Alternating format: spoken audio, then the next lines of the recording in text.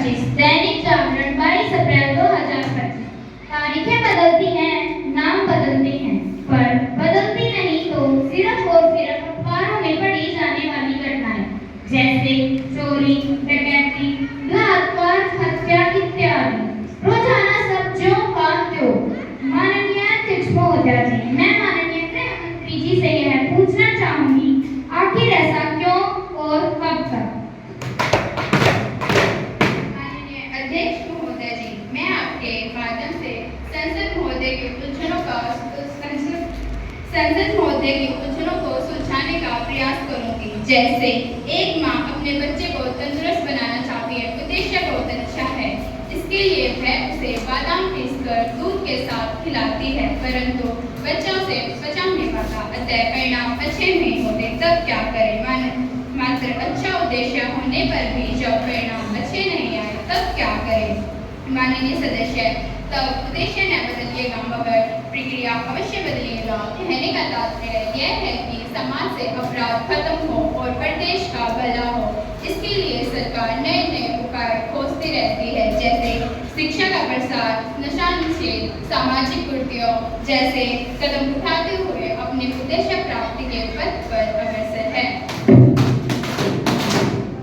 कुमार जतिन अपना परिचय रखें।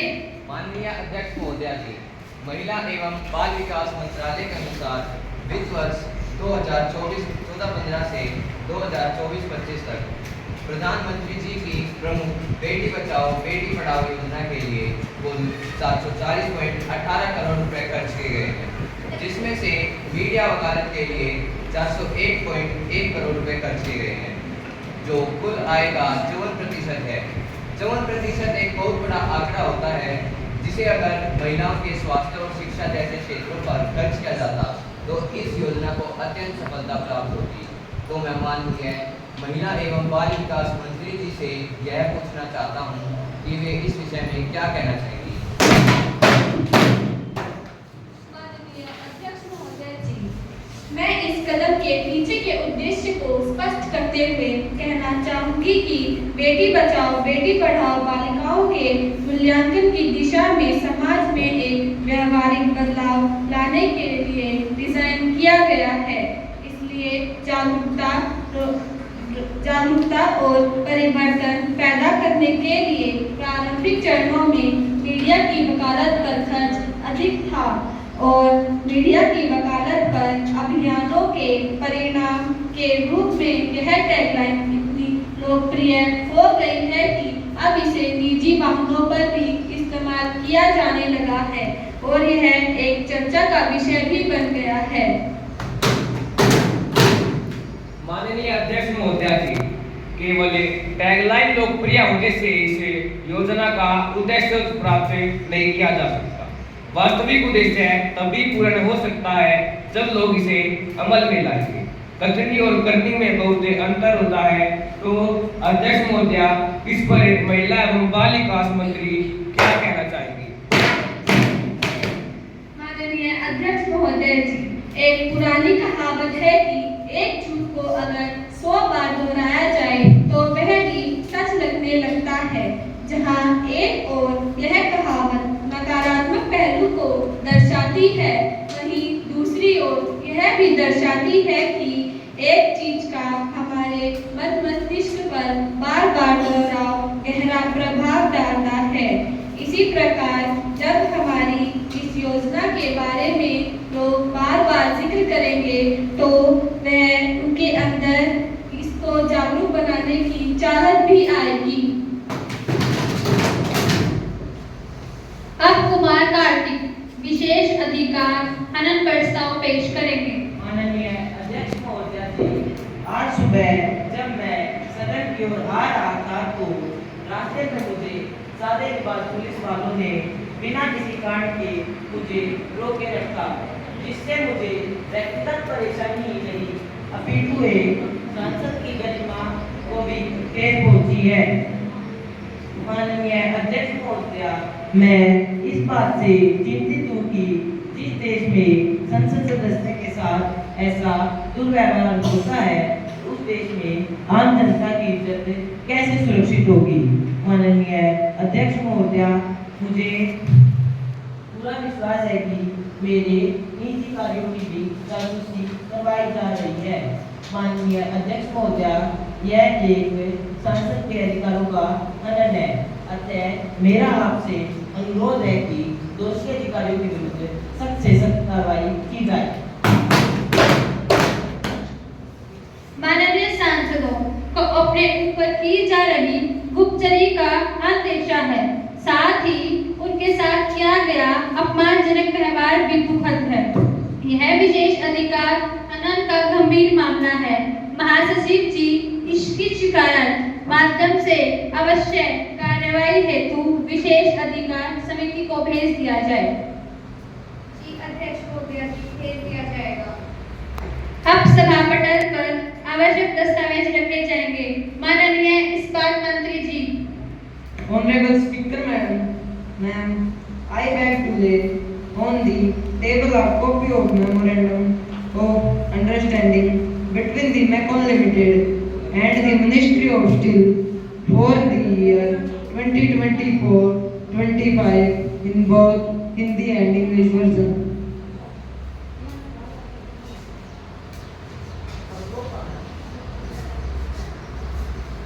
माननीय खाद्य एवं नागरिक आपूर्ति मंत्री जी। माननीय अध्यक्ष महोदया जी, माननीय अध्यक्ष महोदया जी, मैं आपकी अनुमति से फूड कॉर्पोरेशन ऑफ इंडिया की 2024-25 की वार्षिक रिपोर्ट और प्रशिक्षित लेखा और उस पर नियंत्रण एवं महालेखा सीएजी की टिप्पणी के साथ एक क्लिपिंग हिंदी और अंग्रेजी रूपांतरण में सभा पटल पर रखती हूँ।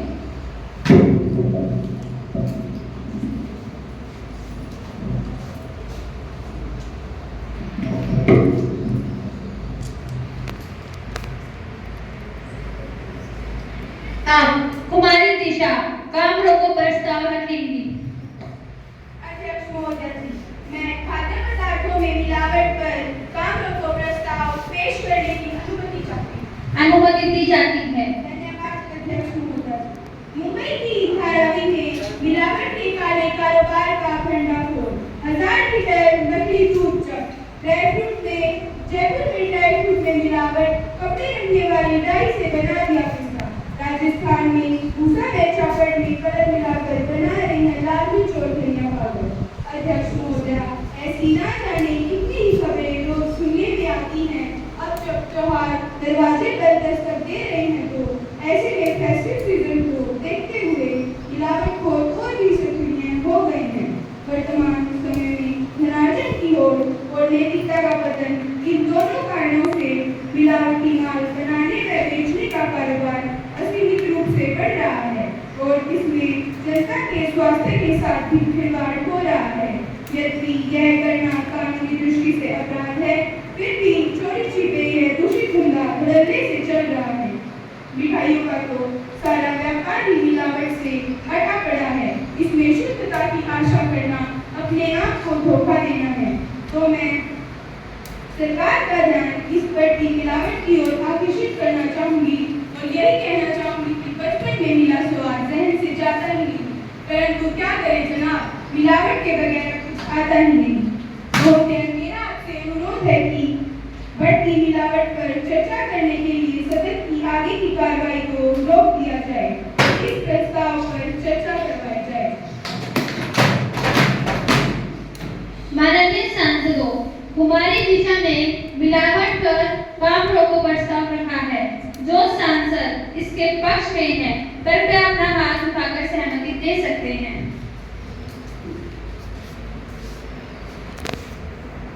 महासचिव जी, पक्ष के सांसदों की गिनती की जाए। अध्यक्ष महोदया, गिनती कर ली गई है। जो इसके विपक्ष में है, कृपया वह भी अपना हाथ उठाकर सहमति दे सकते हैं। महासचिव जी, विपक्ष के सांसदों की गिनती की जाए। जी अध्यक्ष महोदया, गिनती कर ली गई है। मार्शल, गिनती की रिपोर्ट प्राप्त की जाए।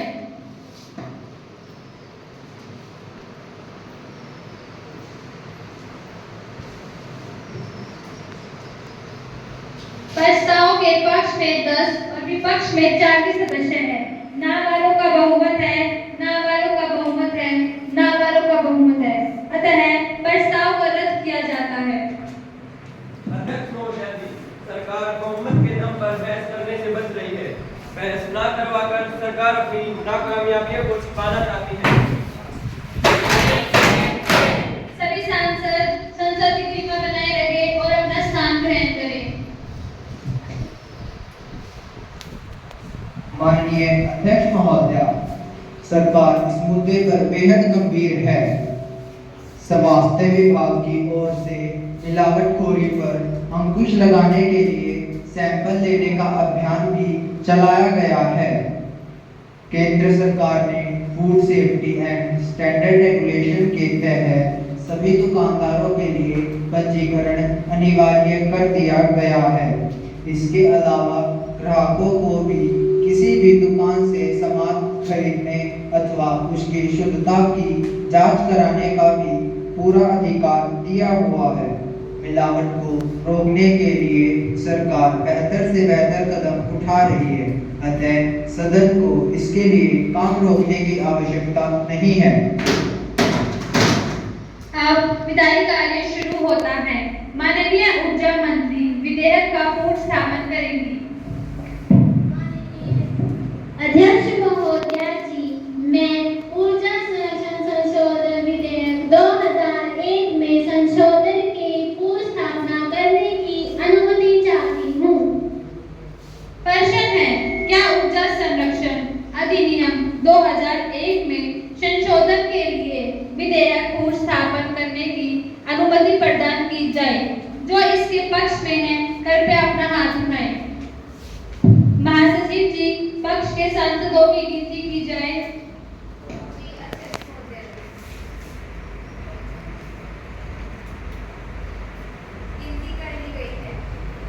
जो इसके पक्ष में नहीं है कृपया वह भी अपना हाथ उठाएं। महासचिव जी, विपक्ष के सांसदों की गिनती की जाए।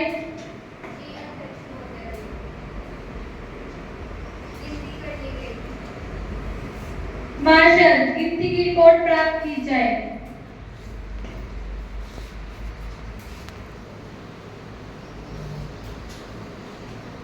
मैं समझती हूँ हाँ वालों का बहुमत है, हाँ वालों का बहुमत है, हाँ वालों का बहुमत है।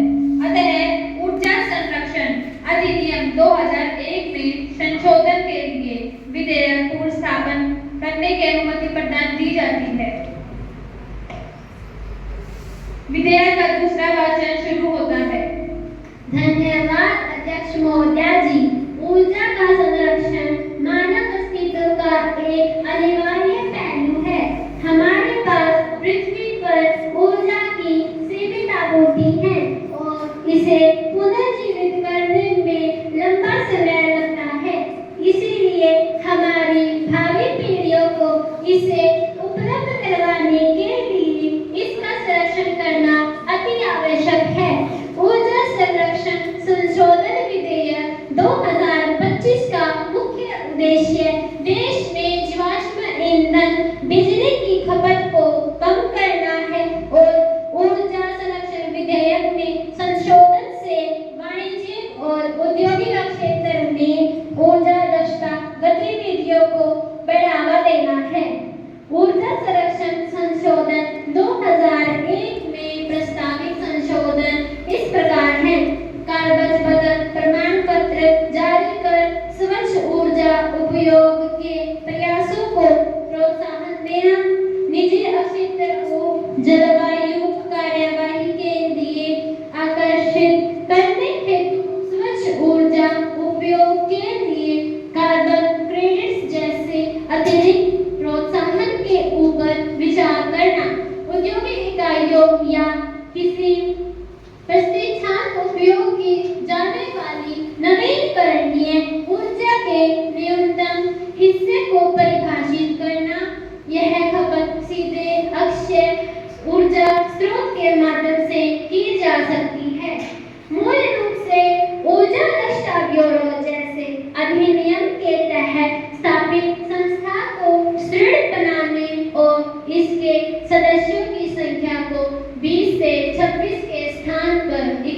से 37 के मध्य लाने का भी प्रावधान है। स्थायी आवासों को बढ़ावा देना और ऊर्जा संरक्षण मानकों के तहत बड़े आवासीय भवनों को शामिल करना। इसके अंतर्गत ऊर्जा दक्षता को बढ़ावा देना और घरेलू उपयोग के उपकरणों, भवनों तथा उद्योगों द्वारा उपभोग की जाने वाली ऊर्जा के विनिमय का प्रावधान है। यह गैर जीवाश्म स्रोत और उपभोक्ता श्रेणियों के लिए अलग अलग खपत सीमा निर्धारित करता है। नामित उपभोक्ता है जैसे इस्पात, खनन, कपड़ा, सीमेंट, रसायन और पेट्रोकेमिकल संबंधी उद्योग। इसके साथ ही रेलवे, परिवहन, अक्षेत्र और व्यावसायिक इमारतें।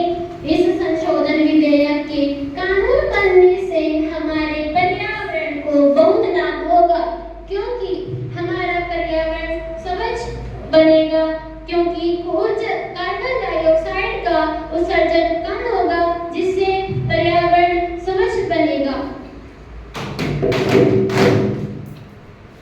माननीय अध्यक्ष महोदया, मैं इस विधेयक का समर्थन नहीं करता हूँ, क्योंकि ऊर्जा संरक्षण में सौर ऊर्जा के उत्पादन के साथ इसके संग्रहण पर भी जोर देना चाहिए और इसके बाबत सरकार में बैठी बिजली निर्माताओं को भी प्रोत्साहित किया जाना चाहिए। इसके विभिन्न उद्योग जिनमें बिजली की बहुत अधिक आवश्यकता होती है, वे पूर्णतः सौर ऊर्जा पर निर्भर नहीं रह सकते।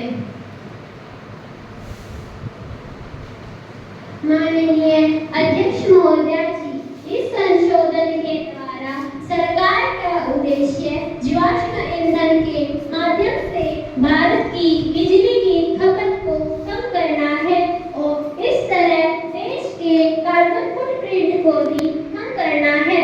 इसमें ऊर्जा जरूरतों को पूरा करने के लिए सौर ऊर्जा के अतिरिक्त हरित हाइड्रोजन, हरित अमोनिया और बायोमास और इथेनॉल सहित अन्य गैर जीवाश्म स्रोतों का भी उपभोग का प्रस्ताव दिया गया है। इसके अतिरिक्त ऐसे उद्योग व इमारतें जो अधिक बिजली की खपत करते हैं, उन्हें अधिक ऊर्जा सक्षम एवं वहनीय बनाने का भी प्रावधान किया गया है। माननीय अध्यक्ष महोदया जी, मैं माननीय ऊर्जा मंत्री की बात से सहमत हूँ, क्योंकि ऊर्जा संरक्षण समय की मांग है और इससे देश ऊर्जा के क्षेत्र में आत्मनिर्भर बनेगा।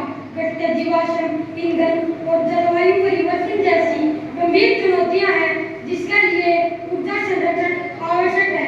अतः ऊर्जा के वैकल्पिक स्रोतों जैसे सौर ऊर्जा, पवन शक्तियां आदि का उपयोग आज के समय में अत्यंत महत्वपूर्ण है। ऊर्जा के संरक्षण के बिना भविष्य में जीवित रहने का कोई भी रास्ता नहीं है। ऊर्जा का संरक्षण प्राकृतिक नहीं है और इसमें बहुत समय लगता है। ऊर्जा का संरक्षण प्रदूषण को कम करता है। यह हमारे दैनिक जीवन के लिए बहुत जरूरी होता है। इसलिए अपना काम कम से कम ऊर्जा के उपयोग में करना चाहिए। इसमें बिजली की बचत और ईंधन की बचत भी शामिल है। माननीय अध्यक्ष महोदया जी, मेरे अनुसार ऊर्जा संरक्षण अवश्य ही महत्वपूर्ण है, परंतु इस विधेयक से ऊर्जा दक्षता की जटिलता बढ़ेगी, जिस कारण मुझे लगता है कि सरकार को एक समग्र टेक लाना चाहिए। साथ ही इस विधेयक को देखें तो उद्योगों के लिए सबसे बड़ी चुनौती अक्षय दक्षता को लेकर नियामक रूपरेखा की है, क्योंकि हर राज्य में इस लिहाज से मानक बदलते रहते हैं। अतः यह मसौदा कानून संघीय ढांचे के खिलाफ है, जिस कारण मेरे अनुसार यह विधेयक अभी पारित होने की स्थिति में है। आदरणीय अध्यक्ष महोदया जी, मैं आपके माध्यम से यह कहना चाहूंगी कि ऊर्जा संरक्षण अधिनियम 2025 का पूरा क्रियान्वयन राज्य सरकारों के माध्यम से किया जाना है। यदि नामित उपभोक्ता दायित्व को पूरा करने में विफल रहते हैं तो केंद्र सरकार का उनसे उनसे जुर्माना लेने का भी प्रावधान है और राज्य विद्युत नियामक उद्योगों को दंड देने का भी फैसला करने का अधिकार है। हम इस अधिनियम से ऊर्जा दक्षता ब्यूरो को बड़ा बनाना चाहते हैं ताकि अन्य उद्योग भी इसमें भागीदारी कर सके। माननीय अध्यक्ष जी, ऊर्जा मंत्री द्वारा इस विधेयक की भावना अति उत्तम है।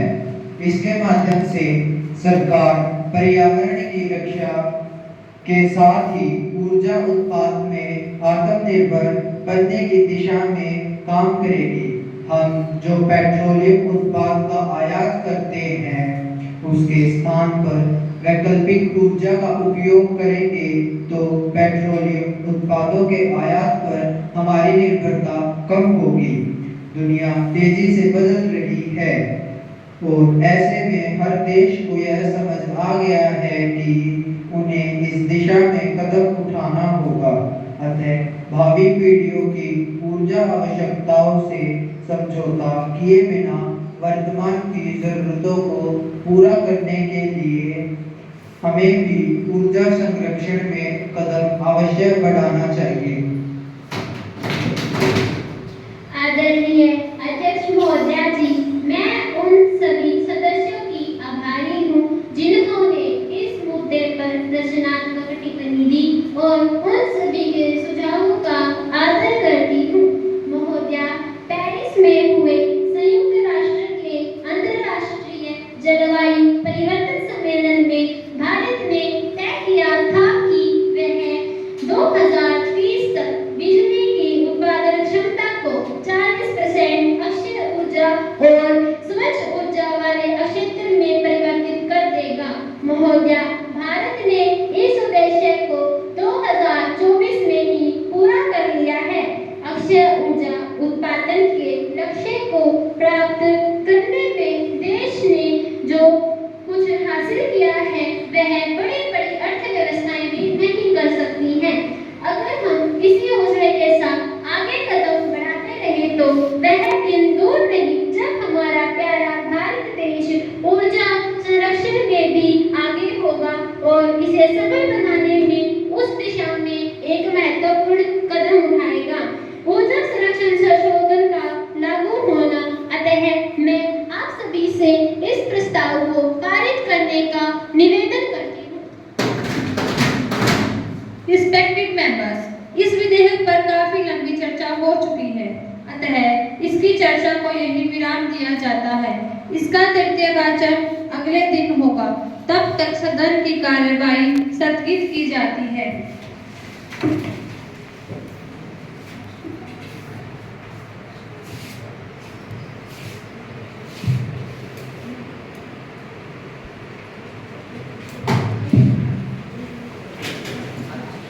माननीय सभासदों, ऊर्जा संरक्षण 2024 संशोधन बिल का तृतीय वाचन आरंभ होता है। युवा संसद के जो सदस्य ऊर्जा संरक्षण अधिनियम 2025 के पक्ष में हैं, कृपया अपनी वोट डालकर सहमति दे सकते हैं।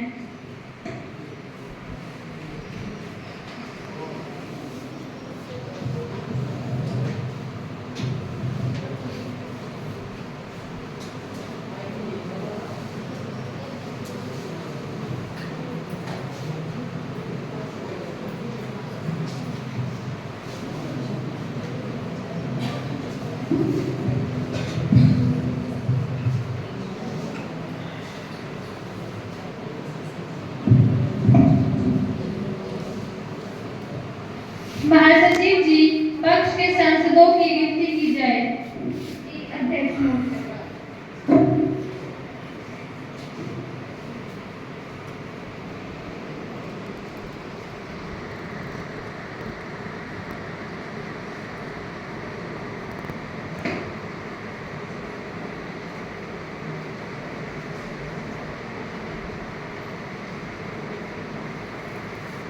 अध्यक्ष महोदय की गिनती कर ली गई है। जो सांसद इसके विपक्ष में हैं, कृपया वह भी अपनी वोट डालकर सहमति दे सकते हैं।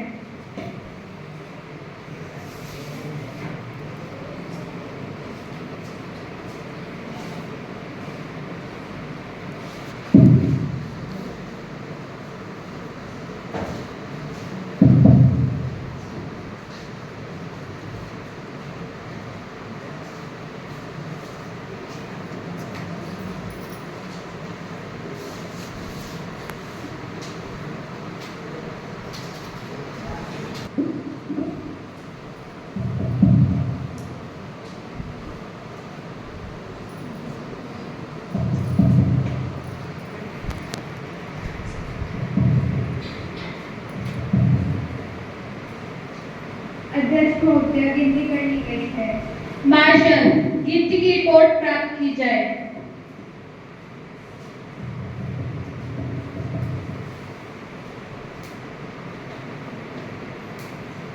विधेयक के पक्ष में 35 और विपक्ष में 15 सदस्य हैं। मैं समझती हूँ हाँ वालों का बहुमत है, हाँ वालों का बहुमत है, हाँ वालों का बहुमत है।